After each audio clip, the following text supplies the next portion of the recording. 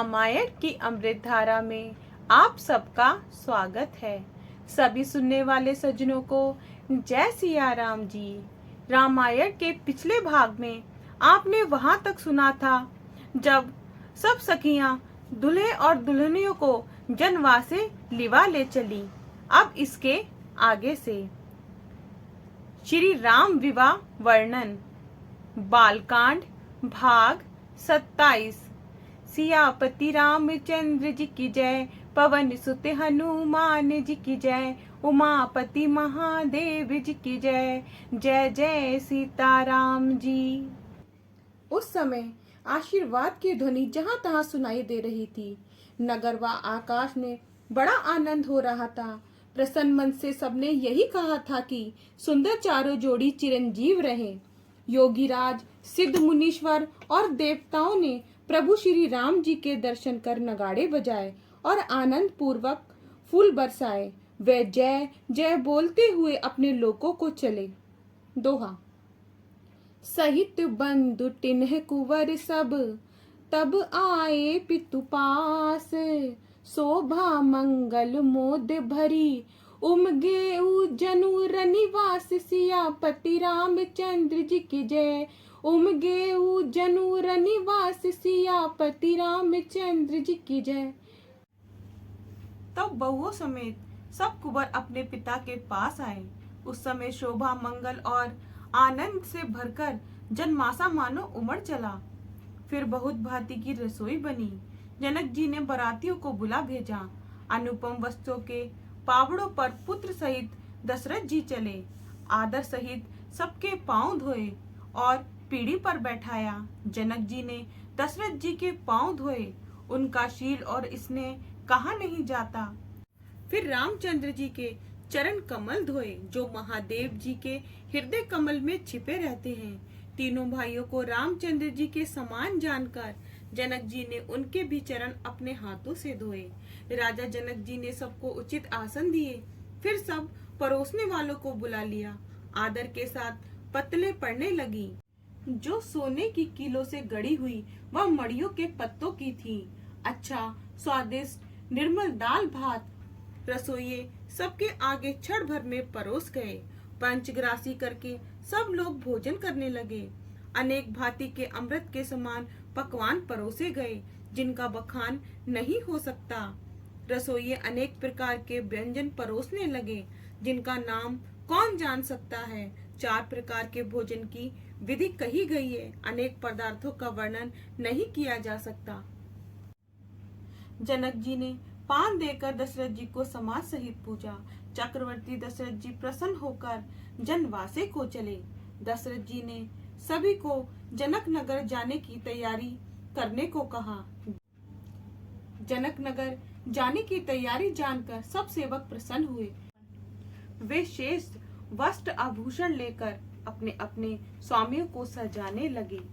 जब नगर में रामचंद्र जी के आने का सबको पता लगा, तब स्त्रियां अपने सुंदर घूंघट खोलकर और हाथों में मणि जड़ित अंगूठी लेकर उसमें श्री राम जी का दुल्हा रूप देखकर आनंद के समुद्र में समा गईं। श्री राम जी की शोभा देखकर एक सखी बोली, हे सखी सुनो, ये राजकुमार कलयुग करने के लिए राजा जनक जी के घर जाते हैं। हमारा ये धन्य भाग है कि जो इन्हें नेत्रों भर देखा, नहीं तो सूर्य कुल के दुलारे इन दुल्हों के दर्शन दुर्लभ थे। द्वारे के निकट अत्यंत सुंदर मणि में चौक पूरे हुए देखकर वे सूर्य वंश के राजकुमार वहां खड़े हो गए। उधर श्री सीता जी की माता की आज्ञा लेकर नगर की सुहागन स्त्रियों ने दीपों सहित घड़े सजाकर सिरों पर रखे। सखियां प्रेम सागर में मग्न हो गईं। फिर भारी धैर्य धारण कर और नेत्रों का जल रोककर सब भली भांति से परीक्षण करने लगी। चारों ओर चंद्रमुखी स्त्रियां सुशोभित थीं। कोई चवर झुला रही थी और कोई राम जी की शोभा देख आरती मंगल गा रही थी। उसी समय सुंदर श्री राम जी वहां आए। उन्हें देखते ही सारा रनिवास उठा। किसी को भी देह की सुध न रही। सौंदर्य के स्थान राम जी को सुनैना रानी पलक विसार कर देखने लगी। वे चित्त भूल गईं, बोल नहीं सकती, मुख से बात नहीं बनती। देखकर वे स्थिर हो गईं, जरा भी नहीं हिलती और अत्यंत आनंद में मग्न हो गईं। वे रंगीली राम जी के रूप में ऐसी रंगी कि आंखों से आंसू बहते जाते हैं। सासू की ये दशा देख राम जी मन में सोचने लगे कि रानी को क्या हो गया, परंतु पूछने में सकुचाते हैं। तब सखी राम जी के मन की बात जानकर बोली, लालन, ये सब तुम्हारे ही गुण हैं और कुछ मन में नहीं आता। ये वचन सुनते ही तुरंत धीरज धरकर सुनैना रानी जागी और मुख चूमकर बार बार हाथों से बलैया लेने लगी। फिर हाथ जोड़ अति मधुर वाणी से बोली, हे लाल, अब उठो और मन में इच्छा हो सो कलेव करो। ये सुनकर सखाओं सहित चारों राजकुमार उठे और सुनैना रानी ने प्रेम पूर्वक अपने हाथों से चरण धोए। रचना युक्त सिंहासनों पर सब भाई बैठाए और सोने की थालियों में अनेक प्रकार की पूड़ी व मिठाई परोसी। रुचि के अनुसार राजकुमार जीमते हैं, सासू पंखा करती हैं और रुचि पूछ पूछ कर पकवान परोसती हैं। उस समय का आनंद कहाँ नहीं जाता। स्वाद की सराहना करके राजकुमार जीमते हैं। फिर आचमन किया, सखियों ने पान खिलाए। तब वे सखाओं सहित वस्त्र पहनकर बैठे।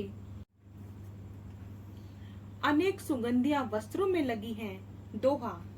राज एन सब चैन युक्त राजे राजकुमारे, जिनको हास विलास लखी लाजहि लाखन मार। सियापति रामचंद्र जी की जय, लाजहि लाखन मार। सियापति रामचंद्र जी की जय। इस प्रकार राजभवन में राजकुमार आनंद पूर्वक विराजते हैं, जिनका हास विलास देखकर लाखों कामदेव लज्जित होते हैं। सासू सुनैना रानी वह रघुनंदन जी का हाथ पकड़ अपने महल में लिवा ले गईं।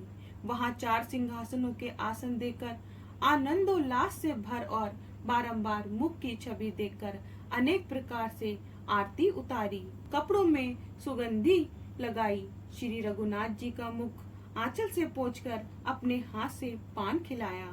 कोई सखी सुंदर लौंग, कपूर और कस्तूरी रखकर पान लगाती है, कोई पीक दान हाथ में लिए खड़ी है और कोई सखी चवड़ डुलाती है।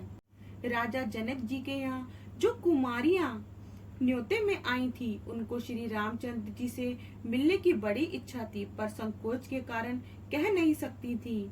उन्होंने जब ये सुना कि महल में चारों भाई आए हैं, तो सबके लिए सुखदायक जानकर तुरंत ही सब वहां पहुंच गईं। राम दर्शन की प्यासी सब राजकुमारियों को आई देखा तो सभी का अत्यंत आदर किया।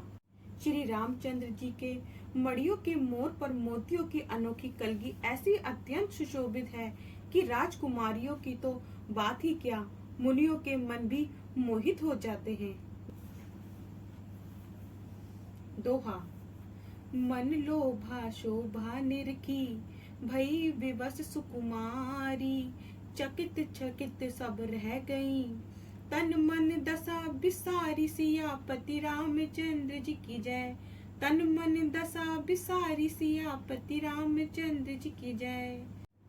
जो स्त्रियां अपना रूप अनुपम मानकर स्वयं घमंड में भरी रहती थी, वे राम जी के मुख का सौंदर्य देखकर बिना मोल ही बिक गईं। वे अत्यंत सुकुमारी सिद्धि सहित प्रेम से भर गईं। आगे का भाग कल। जय सिया राम जी। अगर आपको पसंद आए तो लाइक, शेयर, कमेंट कीजिए और हमारे चैनल को सब्सक्राइब कीजिए।